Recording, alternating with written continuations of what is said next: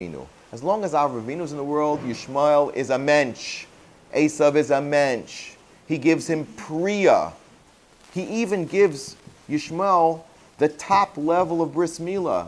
Think about it. He gives him Priya to take away the fact that he should not be what? A pere adam. Doesn't work. It just doesn't work. It's not possible. Okay, so now let's go back to a parsha for a minute. So just to summarize where we're at. How much time we got? 15 minutes. Not enough time. Okay, Khashoggi and Pocahontas. So the nations of the world are called Bnei Noach. In this week's parsha, Avram differentiates himself from the Bnei Noach and becomes the first Jew. That process is not completed until he does the bris milah, but it's really not completed completely until he passes all the tests to the Akedah, which is going to be in next week's parsha. Once he finishes all his 10 tests, then he reaches that level where he is no longer associated with Ben Noach. He's risen to a level above that. Therefore, Avram is held to a much higher standard. Truth has to be truth. There can't be fakery. There can't be misrepresentation. There can't be abusing facts and information. You can't do scandalous things and expect people to respect you for being a messenger of Hashem. So when you fabricate stuff, I'm not playing Donald Trump here, but Elizabeth Warren, whose philosophy I'm not very enamored with, she and Bernie Sanders would make a very good shidduch. His wife's not Jewish anyway. So she apparently, went to great lengths to celebrate her cultural diversity of being partially Indian. Hence, she got the name Pocahontas in a derisive sense from Donald Trump. However, when they genetically tested her, how much of her is really, if at all, American Indian? Maximum. 1 out of 1,024 parts of her genetic identity. Now, let me ask you a question. If you are going to say that what are the odds that it's almost like winning Powerball?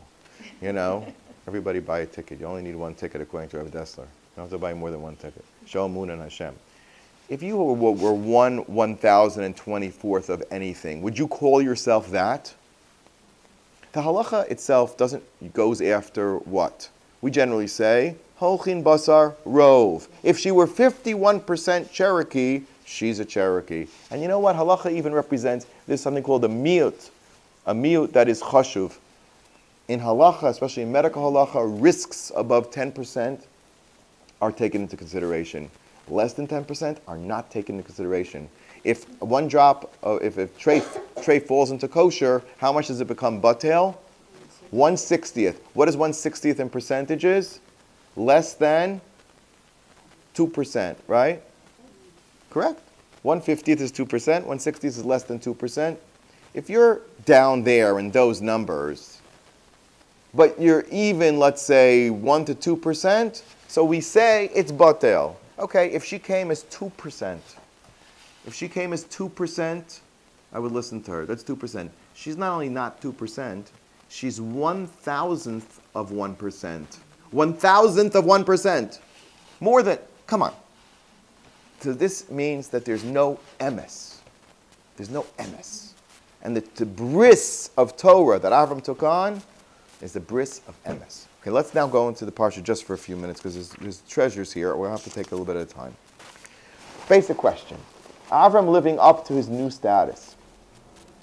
Why did he not take money? Why did he take money from Paro Melech Mitzrayim, but he wouldn't take any money from Melech Sodom? What does he say to Melech Sodom? Not michut ad tzruach hanal. What 2 mitzvahs did Jewish people get for that? They got the mitzvah of tzitzis and the mitzvah of tefillin. What's going on over here? Why did Avram take, according to the Torah, the equivalent of hundreds of thousands of dollars, really made him a very rich man, from Paro, of all people, but not even a hair on his head from Melech Sodom? Why not? What's the difference? He says, well, you shouldn't be able to say what? Ani Esharti es Avram. You can't go around saying that I made Avram rich. Oh, and Paro is going to go around saying, I made Avram rich. Because he really did. So what's the difference? So the answer is, one of the answers is, that Avraham Avinu wanted no association. I'll put it this way. In order for you, for anybody, to be connected to a real tzaddik, you have to want to be a tzaddik yourself. When a good person, maybe not that observant, but he's a good person, wants to grow, he says, I want to give tzedakah to this rabbi and be part of their Torah, whatever they're doing. You know what? It's a zchus for them that the money went to that good cause, right? It's something good that accrues for them. Look, Paro gave Avram life. It was a famine. He would have died in Eretz Yisrael. He took him in. He didn't, even before he took Sarah away, they gave him presents. He gave him his life. You can't give somebody more than giving them their life. From such a person, he has the merit that Avram will accept money from him. But from Melech Sodom, on whom it says that they were ro'im v'chatoim l'Hashem, ro'im begufam v'chatoim b'mamonam. All of their money was dedicated to evil purposes. Avram says, such money I'm not taking. Because what are you going to go around and say, Ani hesharti Avram? Oh, he's my rabbi. I support his kollel. I daven in his shul. I'm very close to Avraham Avinu. He's my Rabbi. The minute he accepts money from Melech Sodom goes walking around, I'm Rabbi. In fact, the Medrash tells us that where was Melech Sodom? Where did he find himself after the war? Not in such a great place. He was stuck in a bitumen pit under the ground. He was going to die. Comes Avraham Avinu, says the Medrash, and all of a sudden he miraculously escapes the bore. And Rashi tells us that the world said, Avram did that. And now I believe that Avram was saved from Amraphel, who's one of the four kings, otherwise known as Nimrod, because he just did another miracle. So Avraham Avinu was now at a position where he could have tremendous influence in Eretz Yisrael. If he does something like affiliating with the immoral Sodom, even the little bit, it taints the Kedusha of Avraham Avinu. You understand?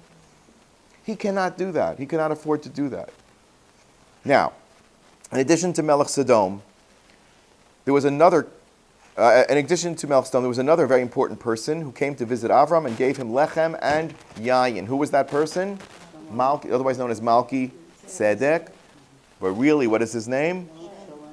Melech Shalem, otherwise known as Shem ben Noach.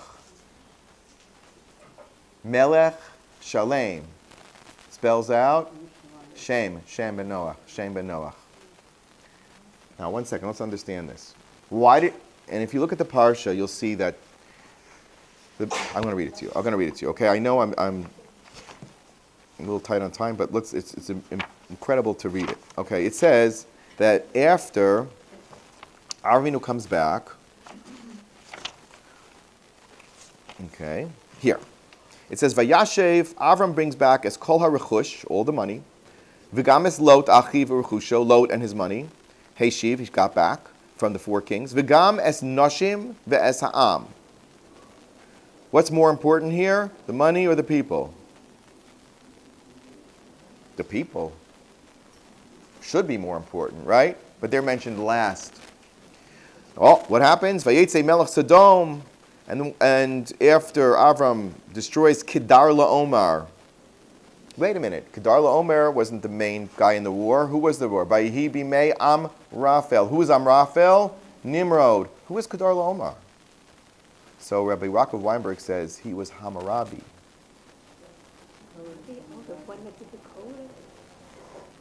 Who said, you have a Torah? I have a Torah too. I have a man-made Torah, which has zero Kedusha. And has maybe human morality, but that's subjective. It has nothing to do with God. Because Nimrod rebelled completely against God. That's why it says, Vayihi mimei Amraphel. It was in the era of Amraphel who said, let's build a tower and shut God out, because we're just as good as God. We are on equal terms with Hashem, ki'ilu. And they had good reason for thinking that, but we can't go into that now. And he convinces Kedar LaOmer, let's make a human code. And now we're going to take this code and impose it where? On Eretz Yisrael. And you know who we're even going to take with us? Lot, who is associated as who is he? At that time, he was the heir apparent to Avraham. Everybody knew he was associated with Avraham. So Avraham, too, will be under our power. Oh, Avram's running around fighting against Nimrod, trying to talk about Hashem in this world. We'll get Lot, too. So the war was much more than a war stam. It was a war of ideology, which is why Avram had to act. And he had to rescue Lot. Why does he have to rescue Lot? What is Lot carrying within him? What is Lot carrying within him? The seeds of Mashiach. If Hammurabi and Nimrod capture Lot, it's not just that they took a prisoner, they've captured the tikkun ha'olam is no longer possible. The side of evil, Ki'ilu, has stolen the potential of the world for its tikkun. He still separates himself very much from Lot. Oh, we'll see in a second. So, Avram has to return Lot. He turns him to Shem, and guess what happens? It was miracles, and they all go to a place called Emek Shaveh. Says the pasuk, Hu Emek HaMelech, the valley of the king. Which king? Avram became the king. Rashi says that everybody in the world got together to crown him two things. To make him Nisi Elokim, a prince of God, meaning a religious leader. We call that a Kohen. And a Ketzin. What is a Ketzin? Like in the army. What is a Ketzin? A captain. A practical king. He says, they all said, after all these miracles, they said, we're free from Hammurabi, we're free from Raphael. We're going to be able to now live a religious, spiritual life. And guess who our leader will be? None other than Avram Avinu. You will be our Kohen, and you will be our Melech. And you will inspire us to follow the ways of God. That's a very nice thing. So who all of a sudden appears? Malki Tzedek Melech Shalem, Shem ben Noach. How is he identified? He brings lechem v'yayin v'hu kohen le'el elyon. Oh, he just lost his job. He just got the pink slip. That's what they call it, a pink slip. When you get fired, right? Up until now, who was the kohen of the world to teach spirituality to the world? Noach and Shem. And Shem even had a yeshiva. What was it known as? Shiva Shem Ve'ever. And who studied there? Yaacov, Yitzchak, and even Avraham Avinu, perhaps. So it was Avraham Avinu's Rebbe. That's uncomfortable, right? Awkward moment. When your Rebbe comes, who was the previous great, leader, except that he couldn't stop Hammurabi. He didn't have the spiritual power to beat Nimrod, but Avram did, because he was on a different mandrega. Because Shem could only reach the level of what he was, B'nai Noach. But Avram's going to excel him and go up to another level, which will be called Yisroel. And that will have the power to bring Mashiach's spiritual potential back to where it needs to be. So look at this. The pasuk says, Vayomer Baruch Avram. We identify Shem as Kohen Lekel Elyon. That was his name. Kel Elyon is God. It says, Baruch Avram Lekel Elyon. Blessed be Avram. Koneh Shemayim V'aretz, to the king, to the maker of the heavens and earth. Because that's the Masorah that he got from Adam. Ubaruch Kel Elyon Asher Migein Tzarecha Biyadecha. That he put your enemies in your hand. Nimrod. V'yitein lo meiser mikol. And he gave him 10% like you're supposed to give to a Levi Kohen. Who gave who? Who gave who? You would think that maybe Shem gave to Avram because he's got the job now. No, Rashi says, Avram gives it to Shem. What did he tell him? Are you fired? You still got a job. You're still Kohen, Lekel Elyon. I need your help. We got to bring back all these people. I need righteous Gentiles. And I need Geirei Tzedek. I need Geirim to stand with me. You get it. You're on my team. I'm happy to give you Meiser. Oh, now, previous to this, we speak about Melech Sodom making Avram king. All of a sudden, Melech Sodom pipes in, Vayomer Melech Sodom el Avram, Tein li hanefesh v'arachush kachlach. He says, you're giving out jobs. Maybe I can get my job back too. I thought I was fired from being king. I guess maybe I can be king. I'll work with you, Avraham. I'm going to be at Tzaddik, says Melech Sodom. Don't even give me the money, because money was the whole thing for Sodom, right? Okay, I'm going to be on best behavior. I'm not going to take the money. I just want to work with the people and love them and be with them and inspire them. I'm going to be the biggest tzaddik. Because after all, I was saved. Miraculously, it must be I'm just like Avraham. Yo, I'm like mini Avraham Avinu, right? Avraham Avinu says, you don't come close to me.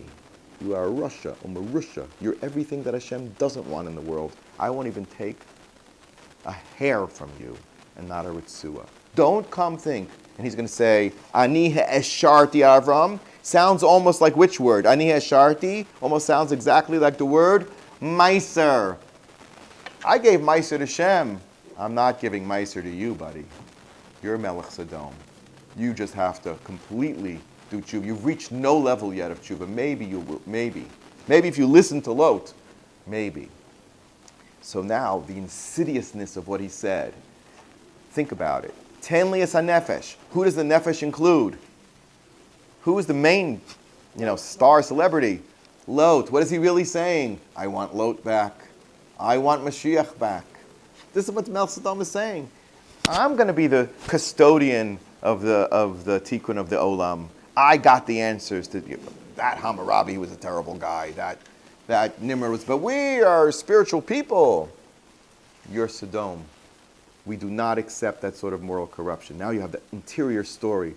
Ten lias hanefesh. What a disaster it was that Lot's nefesh did go back and it had to go out. Now, what happens next? So, it says, Avram took an oath. Vayomer Avram el melech Sodom, harimosi yodi el Yud-Ke Vav-Ke Kel Elyon Kone Shamayim V'Aretz. 1 second. He adds something to the previous Kohen. Shem was a Kohen, what? Lekel Elyon. Who is Avraham Avinu? Kohen Le-Yud-Ke Vav-Ke Kel Elyon. This is an amazing thing. He says, I'm not the Kohen that you knew. I'm a different Kohen. I'm connected to Yud-Ke Vav-Ke, which is the Shem, which is associated with the Midas HaRachamim, which is going to save the world.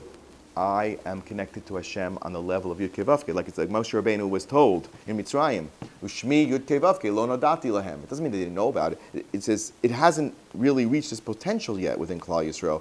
But I've now exceeded the Bnei Noach. I'm now on a completely different level. I'm Kohen le Yud-Ke Vav-Ke Kel Elyon. It's an amazing, remarkable pasuk. Okay, now, think about it. Malachim come to Avraham Avinu.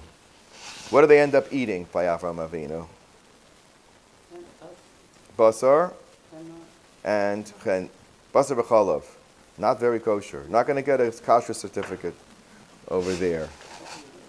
What happened to the bread? It says in the pasuk that he told Sarah, Lushi, Kemach solas. Kemach is the bad wheat. That's for helping you cook the meat. You put it as part of the cooking process for the meat, but solas is for bread. What happened to all that bread?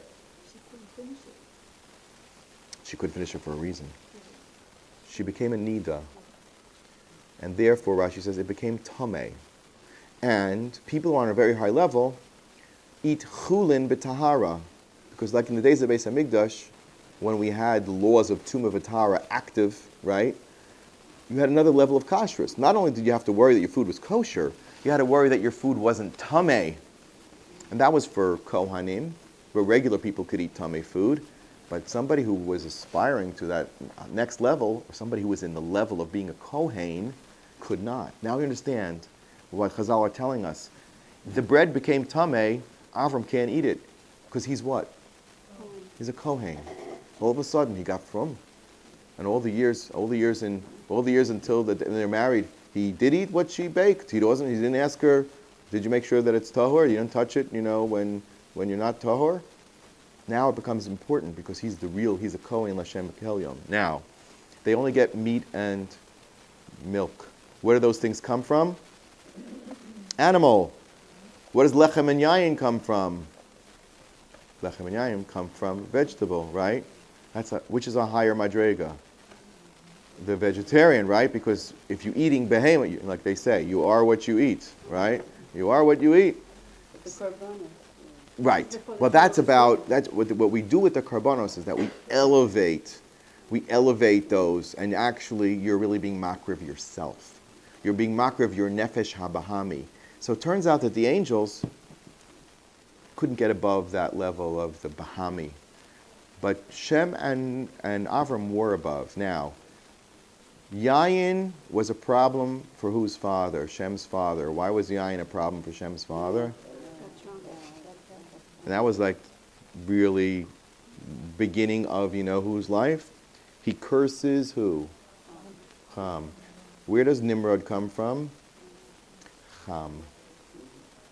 All the problems were because of that lousy bottle of wine.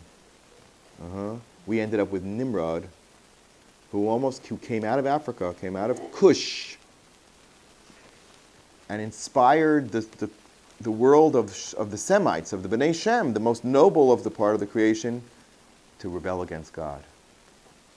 Vayhi bimei Amraphel, they said, let's get rid of Avram, let's destroy Avraham. That's the Amalek of every era. And Nimrod almost was successful. And it all goes back to that bottle of wine. And who else had problems with bread in the beginning? Adam Arishon. What was Adam Arishon's problem with bread? He was cursed. The bread was cursed. B'zeyas apecha tochel lechem. What is Shem really saying to Avram? I tried to get this fixed, but I couldn't do it. Take the lechem and yayin, because this is going to be your job now, Klal Yisrael's job, to rectify the sin of Adam Arishon and to rectify the level of Noach. We need to go beyond that, and that's going to be your kahuna. So what do you see? You see that if you go beneath the surface of Bereshis, you see the story of the world. It's not just a story, but it's the world. And the world right now is struggling very, very much with the issues of what's moral and what's immoral, right? What's truth? These last 2 years, truth and corruption, right? It's center stage. The world is going through a process where they've got to go from, tongues that were given to the wagging tongues, the lashon hara and the evil, and go back to lechem and yayin and fix it to be in the service of Hashem. So our bracha is that we should continue, understand who we are, and work within ourselves to make sure that we don't have a little bit of Nimrod in us, we got a little bit of Behema in us, we got a little bit of Melech Sodom in us, and to make sure, like Avraham Avinu did, that we're eating chulim b'tahara. We're trying to keep the level of kedusha, so that the nations of the world will look at us and say, Avram, you're tzaddik. You're Nasi Elohim b'kirbeinu. Such a Jew, we respect and love. So we need to be those levels of Jews that the Goyim will respect and love if we're going to get anywhere. Okay, very good.